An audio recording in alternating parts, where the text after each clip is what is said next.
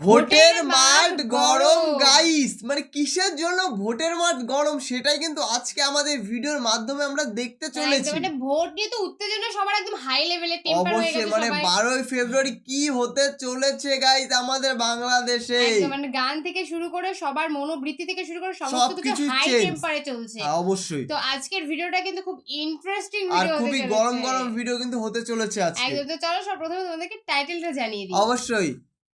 তো বলছে মাঠে ভোটের মাঠ গরম, নেতার চাপা, মানে নেতারা মানে চাপ মানে বুঝতেই পারছো চাপাবাজ, মানে চাপাবাজে পুরো ভোটের মাঠটা কিন্তু গরম হয়ে গেছে। দেখো সত্যি কথা বলতে জনগণ জানি না কেমন কি আছে, কিন্তু নেতারা পুরো মানে ভীষণ চাপে আছে দিচ্ছে গাইস, রাস্তা ভরে ধান গাছ পুঁতে দিচ্ছে, মানে এরকম অবস্থা এখন। একদমই তাই, মানে আর তারা কিন্তু চাপেও আছে যে কি হবে আসলে। আর যারা মানে জনগণ যারা আছে তারা শুধু ভাবছে যে কোনটা হবে, কি হবে, কি কাকে ভোট দেবো, জনগণই কিন্তু কনফিউজে পড়ে যাচ্ছে, আমাদেরকে কি হবে না। তো সমস্তটা জানবো আজকের এই ভিডিওর মধ্যে দিয়ে। তো তার জন্য ভিডিওটা আমাদেরকে পুরো দেখতে হবে, তোমাদের মেইন ভিডিও ডেসক্রিপশনে চলে আসবে। প্লিজ গাইস তোমরা ওখানে চেক আউট করে নিও। তো চলো গাইস বেশি দেরি না করে আজকের ভিডিওটি দেখা যাক। ঢাকা 8 আসলে আমাদেরকে চাঁদাবাজ থেকে মুক্ত করে দাও। কার কথা বলতেছ? চাঁদাবাজ থেকে মুক্ত করে দাও। ওই বেটা কার কথা বলছিস? ওনার জয়ের চেয়ে হলো হারার রেকর্ড বেশি। ফাজিল কোথাকার? কন্ট্রোল মঞ্জু। আসনের নির্বাচন একদিকে আর ঢাকা 8 আসনের নির্বাচনের মোড় ঘুরে দাঁড়াইছে আরেকদিকে। Absolute cinema. বাংলাদেশে আর কোনো নির্বাচন নাই, একটাই নির্বাচন, ঢাকা 8 মির্জা আব্বাস। আর এই ঢাকা 8 আসনটিকে আলোচনার কেন্দ্রবিন্দুতে রেখেছে এনসিপি মনোনীত প্রার্থী আমাদের নাসির উদ্দিন পাটোয়ারি। আমি জানি না জনাব মির্জা আব্বাস তার জীবনে কি এমন ভুল কাজ করছিল যার ফল হিসেবে তার অপোনেন্টে পড়ছে নাসির উদ্দিন পাটোয়ারি। এখন আল্লাহর রাস্তায় আমি কোনো কথা কমু না। পাটোয়ারি সাহেব তার জায়গা থেকে সর্বোচ্চ চেষ্টা করে যাচ্ছে আমাদের মির্জা আব্বাসকে উত্তক্ত করার। অবস্থা হয়ে গেছে এই রকম।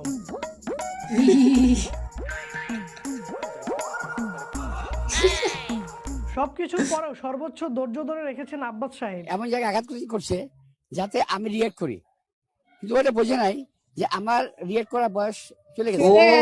উত্তক্ত করতেছে। আবার অন্য দিক দিয়ে দেখা যাচ্ছে যে আমাদের নাসির উদ্দিন পাটোয়ারি সাহেব বিএনপি এর অফিসের সামনেই যাচ্ছে ভোট চাওয়ার জন্য। আপনি আমার করে গালাগালি করবেন আবার আমগতে দোয়া চাইবেন, এটা তো হয় না। বিষয়টি এমন করে ফেলছে বান্দা যে আগ লাগে বস্তি মে আপন আপনা মস্তি মে, যাই কিছু হয়ে যাক আমি কথা বলেই অবশ্যই না। বেশি বলে ফেলছি, আমি ওনাকে নিয়ে আর বলতে চাই না। এত ধৈর্য আর সহ্য করার পরেও নির্বাচনী প্রচারণায় স্কুল কলেজে আব্বাস সাহেবের দেখা লাগতেছে শাপলা কলি।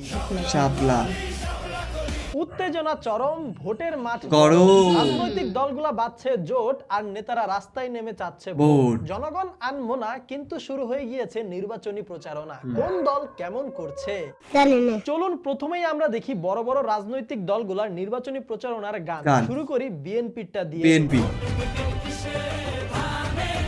ধানের শীষে ভোট দেবো, কিসে ধানের শীষে। চলুন এবার দেখি জামাতে ইসলামের নির্বাচনী প্রচারণার গান। একটু মাধুর্য, একটু গাম্ভীর্য আর একটু আবেগী টান। দাড়িপাল্লা, সেই দাড়িপাল্লা রাস্তায় নিয়ে বেরিয়ে গেছে। শাপলা করি তো শাপলা করি, এইটার লিরিক্সটা কিন্তু সবথেকে বেস্ট ম্যাচ খাইছে। এনসিপি এর মধ্যে আবার হাসনাত আব্দুল্লাহকে নিয়ে আলাদাভাবে একটি গান মুক্তি পায়। গাইস বাংলাদেশের মানুষ বাংলাদেশকে টোল করে দিচ্ছে। Tamil action vibes. গানের দিক দিয়ে প্রায় সব দলই সমান তালে প্রচারণা চালাচ্ছে, তবে মাঠ পর্যায়ে বিএনপি এর অ্যাক্টিভিটি একটু বেশি দেখা যায়। রাস্তায় নেমে প্রচারণার ক্ষেত্রে বিএনপি এগিয়ে। রাস্তায় ব্যানার টানিয়ে প্রচারণার ক্ষেত্রে বিএনপি কিন্তু এক ধাপ এগিয়ে। আমি আমার দেখা মতো যতগুলো জায়গায় আজকে দেখছি, প্রত্যেকটা জায়গায় যদি দাড়িপাল্লার একটা ব্যানার পাই তাহলে বিএনপি এর ব্যানার পাওয়া গেছে 40 থেকে 50টা।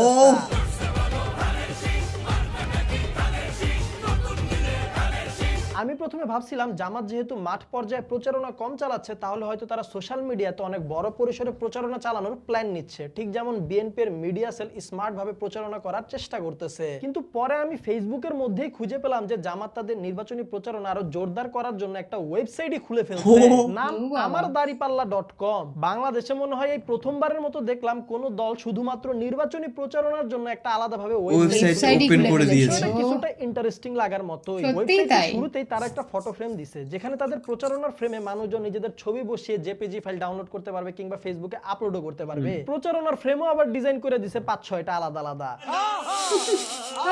তারপর দিছে ভলান্টিয়ার হন অপশন। এখান থেকে তারা মাঠ পর্যায়ে কাজ করার জন্য কর্মী নিতেছে যারা নিজেরাই নিজেদের তথ্য দিয়ে এলাকার মধ্যে জামাতের প্রচারণার কাজ করবে। গুপ্ত এরপর দিছে শপথের দেয়াল যেখানে তারা শপথ হিসেবে অনেকগুলো নৈতিক অঙ্গীকার দিয়ে দিছে। আবার নিজের কাস্টমাইজ শপথ লেখার অপশনও দিছে আর কে কি শপথ নিতেছে সেটা দেখার ব্যবস্থাও করে দিছে। বুদ্ধি ভালো। সবশেষে মিডিয়া কিটে আবার তাদের নিজস্ব লোগো, গ্রাফিক্স ডিজাইন এবং বিভিন্ন ফ্রেম দিয়ে রাখছে। সব মিলিয়ে যা বুঝলাম জেনজি এর পালস ধরতে আর সময়ের সাথে তাল মিলিয়ে চলতে এই দুই কারণের জন্য জামাত হয়তো এই ওয়েবসাইটটা ওপেন করেছে। জামাত ওয়েবসাইটের মাধ্যমে জেনজি এর পালস ধরতে চাচ্ছে, অন্যদিকে আবার জনাব তারেক রহমান ফ্যামিলি কার্ডের ক্যাম্পেইন করতেছে। Family card. তবে ফ্যামিলি কার্ডের প্রচারণা সোশ্যাল মিডিয়াতে মানুষজন একটু কেমন ভাবেই যেন নিচ্ছে। জনাব তারেক রহমানের ভিডিওতে দেখা যাচ্ছে হাহারি একটার বন্যা, হাহারি একের বন্যা 306 কার্ড বিষয়ক একটি ক্যাম্পেইন গ্রহণযোগ্য আপনাদের কাছে কি মনে হয়? আপনাদের মতামত কমেন্ট বক্সে জানান। যেই ফ্যামিলি কার্ডের কথা একটু আগে আমি বলেছি, নির্বাচনী প্রচারণায় চলেন এবার ব্রাহ্মণবাড়িয়ায়। ওই তো সে আঙুল তুলে এরকম করেছিল। আপা কখনো হাসেন আবার কখনো কান্না করেন। আরে দুঃখে মরিয়া হয়ে গেছে। মুড সুইং হলে গুমরা হয়ে যান, আবার ধৈর্যহারা হয়ে গেলে রেগেও যান। ওই যে ওদের কিন্তু বিন্দু পাশে latest থাকলে ওরা। আমাদের কাছে আছে ফাটাকেষ্ট রুমিনা পা। বাইরে হতে পারবেন না। আর যাই করুক আমাদের রুমিন ফারহানা আপা কিন্তু জরিমানাও দিছে। ৪৫,০০০ টাকা জরিমানা দিয়েছি। প্রথমে বিএনপি তাকে দল থেকে বহিষ্কার করেছে, এখন নাকি আবার তাকে ফেরত চাচ্ছে। এখন আবার দল আমাকে সকাল বিকাল টেলিফোন করে, আপা ওরা খাঁটি সোনা চিনে নাই, বলে মন্ত্রিত্ব দিয়ে দেব। যদিও বিএনপি থেকে বের হয়েও বেশ ভালো অবস্থায় আছে রুমিন ফারহানা, গলায় তার 6 লেয়ারের মালা।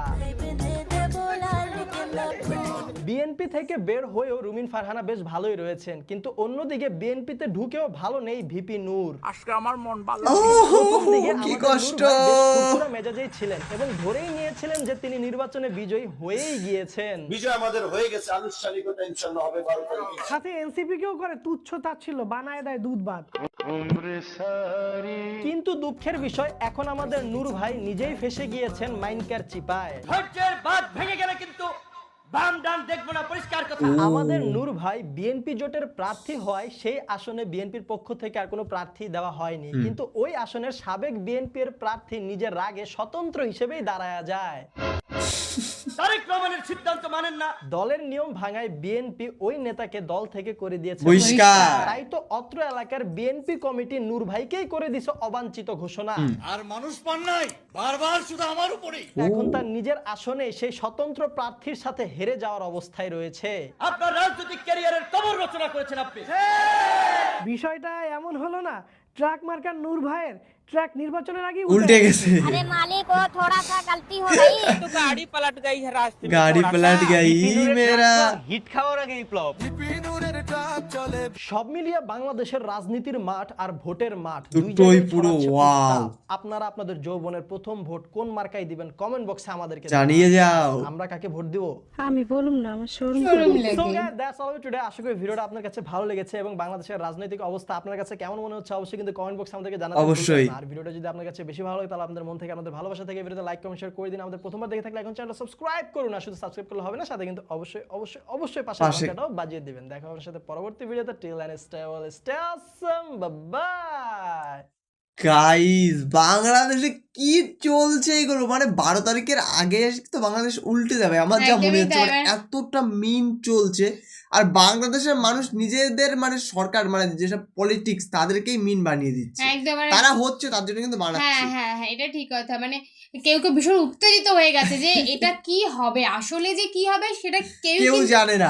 মানে আমরা কেউই কিন্তু জানি না, কিন্তু ওনারা উত্তেজনাটা এতটা হাই টেম্পার হয়ে গেছে যে আসলে মানে দিনের দিন যে আসলে ওটা কি করে ফেলবে এখন ভাবার বিষয়। আমরা পুরো গাইস আমাদের ধারণার বাইরে চলছে যে কি হবে, দেশে কি চলছে গাইস, আমরা গাইস ভেবে উঠতে পারছি না। একদম এটা মানে এতটা গাইস ফানি হতে পারে, মানে নিজের দেশের দলকেই নিজেরা ফানি করে দেয়। অ্যাকচুয়ালি তারা ফানি জিনিসটা তৈরি করছে, ক্রিয়েটিভটা তারা করছে, কিন্তু অডিয়েন্স কিন্তু করছে না। তোমরা ভাবো দল ওয়েবসাইট পর্যন্ত খুলে ফেলেছে, মানে আর কি চাই, মানে অবশ্যই কি হবে, গাইস তার জন্য সব তোমরা আমরা 12 সকলে- তারিখের পরে সব বুঝতে পারবো যে কি হবে, কি হতে মানে কি চলে- হতে চলছে সেটা আমরা সব বুঝতে পারবো। একদমই তাই।